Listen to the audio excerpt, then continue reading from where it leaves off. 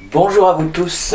Aujourd'hui, j'ai avec moi l'honneur d'avoir notre sœur Françoise qui a été étudiante justement à l'école épée, école pour évangélisation. Et comme bientôt ça va être la rentrée, donc j'ai souhaité avoir une ou un de nos élèves pour donner tout simplement son témoignage, comment est-ce qu'elle a vécu cette école, comment ça s'est passé. Donc je te laisse la place, Françoise, tout simplement pour nous décrire cette école biblique. Oui, bonjour les amis.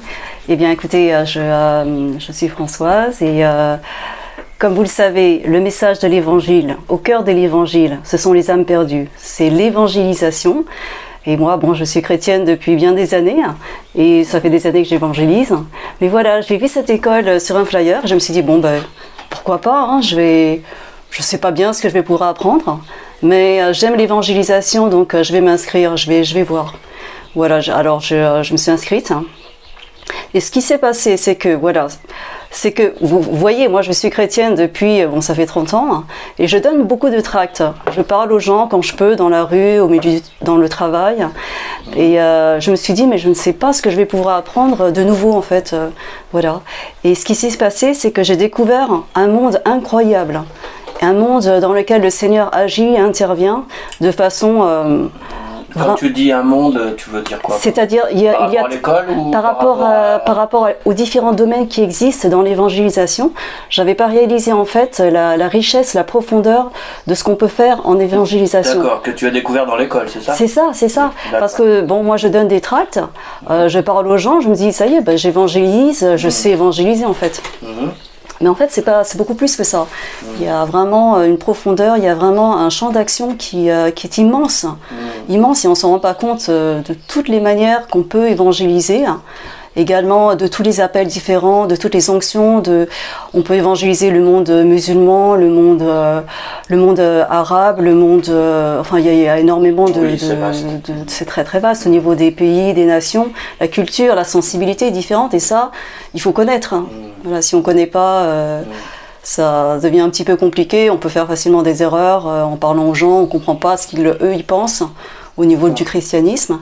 Et si tu veux, cette école, ça m'a vraiment aidé, même au niveau, ne serait-ce que le niveau carcéral, au niveau de l'évangélisation dans le milieu de l'armée, au niveau des hôpitaux, c'est très très vaste. Au milieu même du travail, j'ai découvert qu'on peut faire des choses même légalement que enfin, j'avais pas réalisé en fait. Voilà. Oui, parce que beaucoup de gens pensent que l'évangélisation finalement c'est pas compliqué, c'est de donner des traités dans la rue et puis qu'il n'y a pas besoin de faire une école pour ça. C'est ça. Et en fait, c'est vrai qu'il n'y a pas beaucoup d'écoles non plus d'évangélisation. Mais alors justement, si tu as un mot à dire par rapport à ça, aux futurs élèves qui vont s'inscrire, alors, si tu as quelque chose à leur partager, par exemple. C'est très très riche. Inscrivez-vous. J'ai été étonnée, ça m'a surpris. À chaque fois que j'avais un cours, je me disais mais qu'est-ce que je vais apprendre? Je connais déjà le sujet. J'ai déjà rencontré beaucoup de gens, etc. Mais si vous voulez, chacun, on découvre vraiment l'œuvre du Seigneur dans une sphère qu'on ne connaît pas. Au niveau des arts, on peut faire plein de choses. Et là, on nous apprend techniquement, enfin, si vous voulez, ce sont des gens qui sont déjà versés dedans. Le Seigneur leur a donné une onction particulière pour certains domaines d'évangélisation, soit dans les rues, soit ils nous apprennent... Il y a tellement de façons d'évangéliser. Dans les campagnes d'évangélisation, c'est très très différent. Et ça, on ne peut pas le connaître forcément tout seul quand on est chez soi. On ne voit pas cet horizon que le Seigneur voit. D'accord. Alors, bien évidemment, vous êtes toujours avec Edir et Françoise, donc qui nous témoigne tout simplement de comment elle a vécu son école biblique qu'elle a fait avec nous, donc dans notre école épée, qui se trouve, je le rappelle, dans le 12e arrondissement à Paris pour le présentiel, et aussi par Zoom quand on habite à l'étranger, par exemple, ou qu'on habite loin de Paris. Donc c'est possible aussi. Alors j'ai une question pour toi, Françoise, encore une fois. Oui. Dis-nous, par rapport justement à tous ces enseignants qui sont venus, parce qu'il y avait quand même plus d'une vingtaine d'enseignants, et pas n'importe qui, en plus des gens quand même qui sont assez connus pour certains, d'autres un peu moins. Quel cours as-tu le plus aimé, ou si c'est possible. C'est vraiment très difficile cette question. Ouais. Elle est vraiment très difficile parce que il y a des intervenants qui étaient extrêmement loin et j'avais pas réalisé comment Dieu peut utiliser quelqu'un, même dans son travail.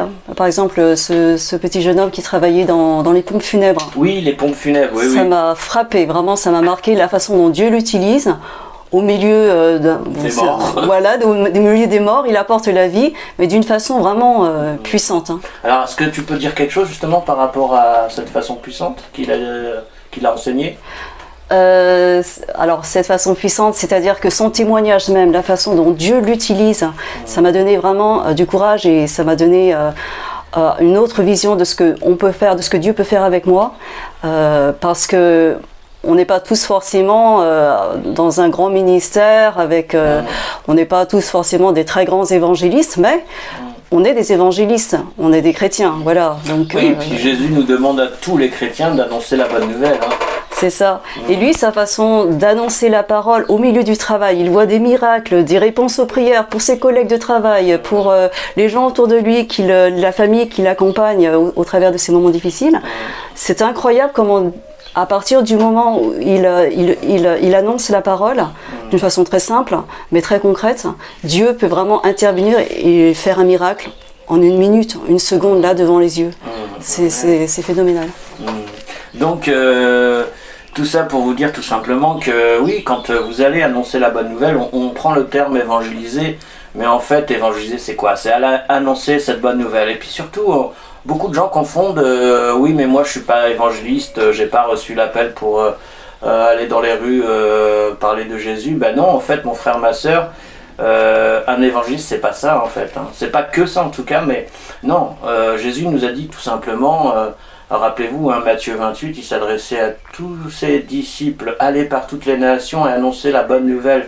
Hein, et faites des disciples, baptisez-les au nom du Père, du Fils et du Saint-Esprit, ainsi de suite. On connaît ce fameux verset, plutôt ce chapitre de Matthieu 28, mais il est dit quoi? Il est dit aussi, allez annoncer cette bonne nouvelle. Et c'était pas juste aux évangélistes, aux apôtres, aux prophètes, non, c'est toute son Église. Donc oui, Dieu nous demande vraiment d'annoncer cette bonne nouvelle de Jésus-Christ. On peut pas se dire, pour moi c'est évident, et dans ma Bible c'est ce que je lis, on peut pas se dire chrétien et garder cela pour nous-mêmes. C'est pas possible, c'est de l'égoïsme, alors que Jésus il nous demande justement d'aller dans cette mission, dans ces champs, hein, pour semer la bonne parole, même si on ne sait pas forcément parler, on peut donner des traités, et puis après engager des discussions avec les gens, ça arrive aussi. Donc, chère Françoise, donc, comment est-ce que toi tu évangélises?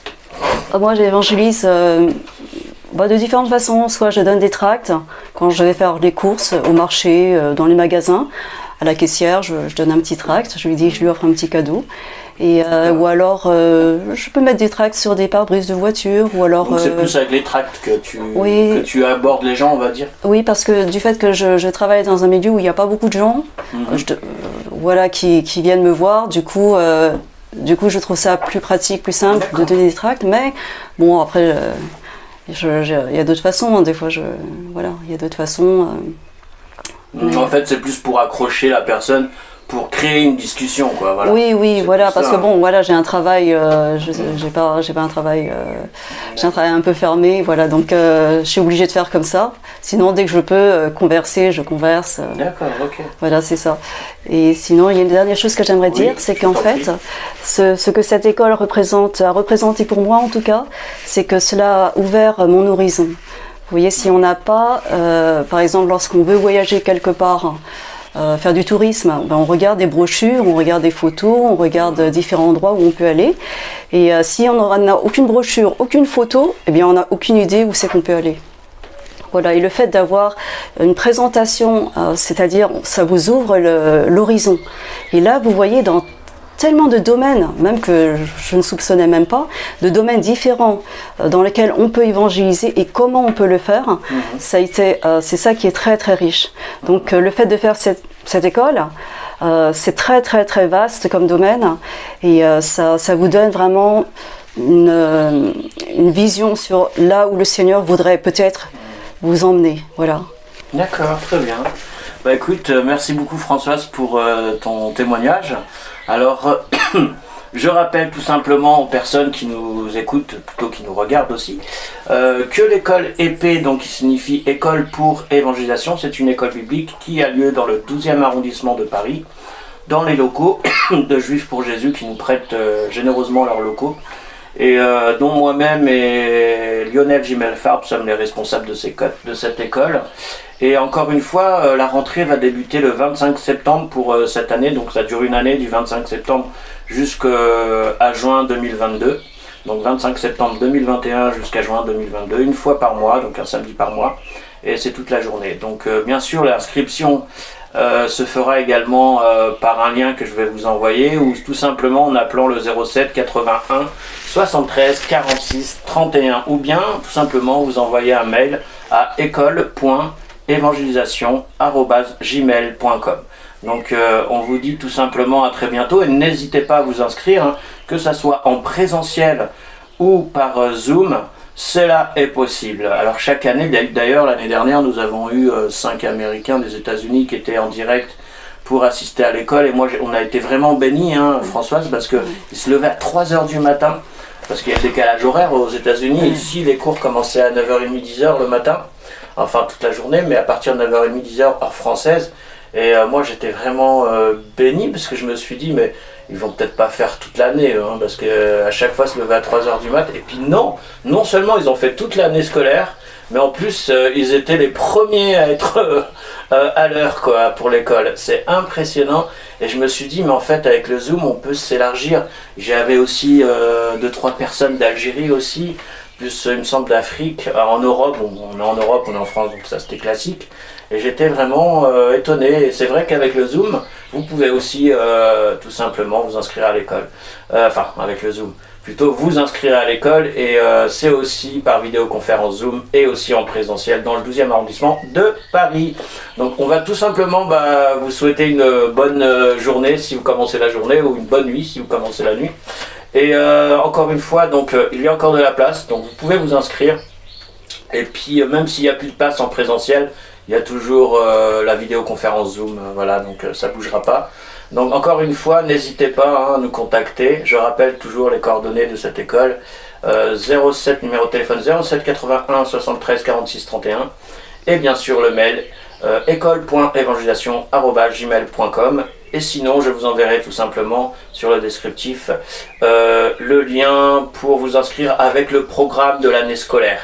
Voilà, donc je vous dis à très bientôt. Alors merci encore à toi, Françoise, d'avoir témoigné, partagé comment tu as trouvé l'école. Et en plus, c'était pas fait exprès, on n'a rien préparé du tout, donc c'était pas un montage, hein. Donc encore merci à toi, Françoise, pour ton honnêteté. Et tu reviens nous voir quand tu veux, hein. Merci. Et puis encore une fois, sois bénie, ma soeur. À très bientôt. Merci à toi. Bye bye. Bye bye.